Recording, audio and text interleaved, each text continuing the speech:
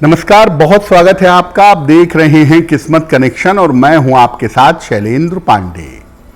ज्योतिष का सबसे महत्वपूर्ण ग्रह माना जाता है बृहस्पति, और बृहस्पति अगर आपकी कुंडली में अशुभ हो तो जीवन में समस्याओं का अंत नहीं होता।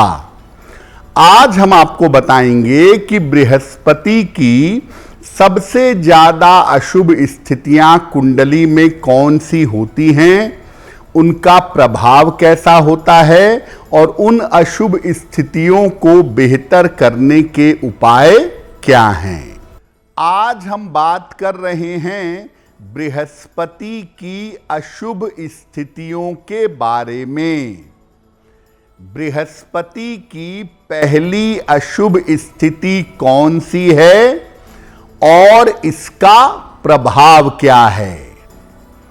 देखिए, बृहस्पति की जो पहली अशुभ स्थिति है उसे कहते हैं गुरु चांडाल योग। कुंडली में गुरु और राहु अगर एक साथ बैठे हों तो इस योग का निर्माण होता है जिसे गुरु चांडाल योग कहा जाता है। ये व्यक्ति के शुभ गुणों को घटा देता है और व्यक्ति के नकारात्मक गुणों को बढ़ा देता है। ऐसा देखा गया है कि अगर कुंडली में गुरु चांडाल योग है तो व्यक्ति का चरित्र कमजोर होता है। इस योग के होने से व्यक्ति को पाचन तंत्र की, डाइजेशन की, लीवर की समस्या और गंभीर बीमारियां होने की संभावना बनती है। गुरु राहु वालों का डाइजेशन अक्सर गड़बड़ होता है और अक्सर उनके लिवर में प्रॉब्लम होती है।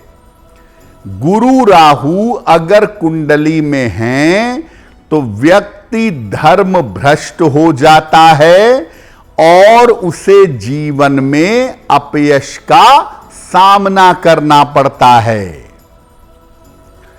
अगर आपकी कुंडली में गुरु राहु का चांडाल योग हो तो अपने गुरु की शरण में जाना या भगवान शिव की शरण में जाना ही उत्तम है।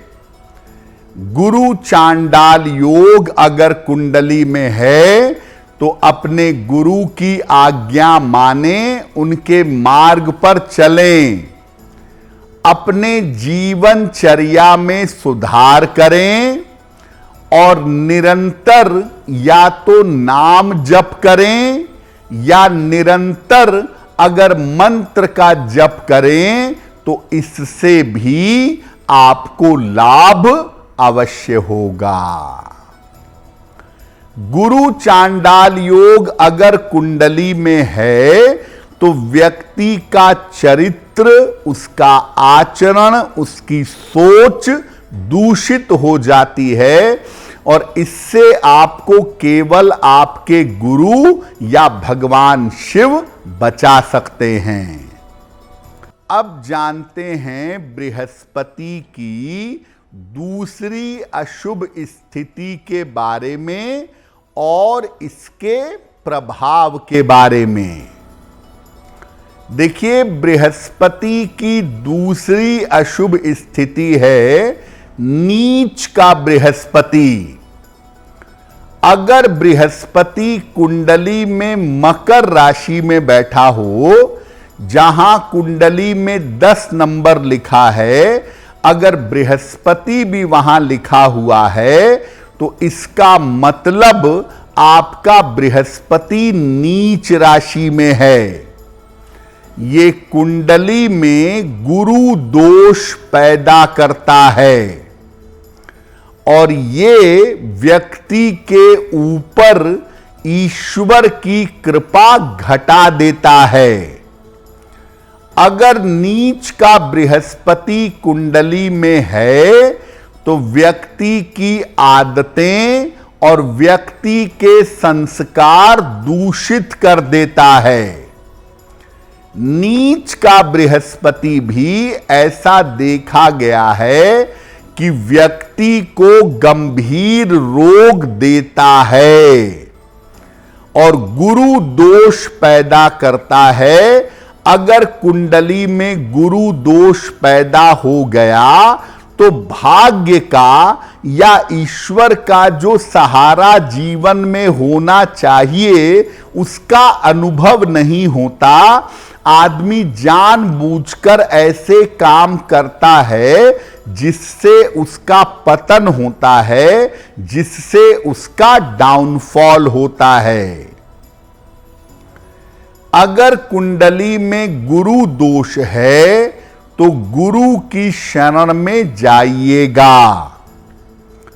बृहस्पति वास्तविक गुरु को रिप्रेजेंट करता है, इसलिए अगर कुंडली में गुरु दोष है तो गुरु की शरण में जाइए, धार्मिक आचरण करिए, नियमित रूप से पूजा उपासना करिए और जब मौका मिले पवित्र नदियों में स्नान करिए।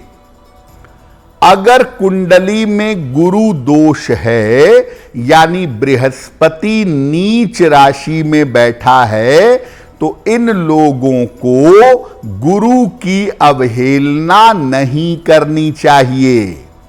वैसे तो किसी को भी गुरु की अवहेलना नहीं करनी चाहिए, लेकिन अगर कुंडली में गुरु दोष हो और आप गुरु की अवहेलना करें तो जीवन में पतन बहुत तेजी से होता है। अब जानते हैं बृहस्पति की तीसरी अशुभ स्थिति कौन सी है और इसके प्रभाव क्या हैं। बृहस्पति की तीसरी स्थिति है अशुभ स्थिति सप्तमस्थ बृहस्पति, यानी अगर आपकी कुंडली के सप्तम भाव में सातवें खाने में बृहस्पति बैठ जाएं तो नॉर्मली ये स्थिति अशुभ है।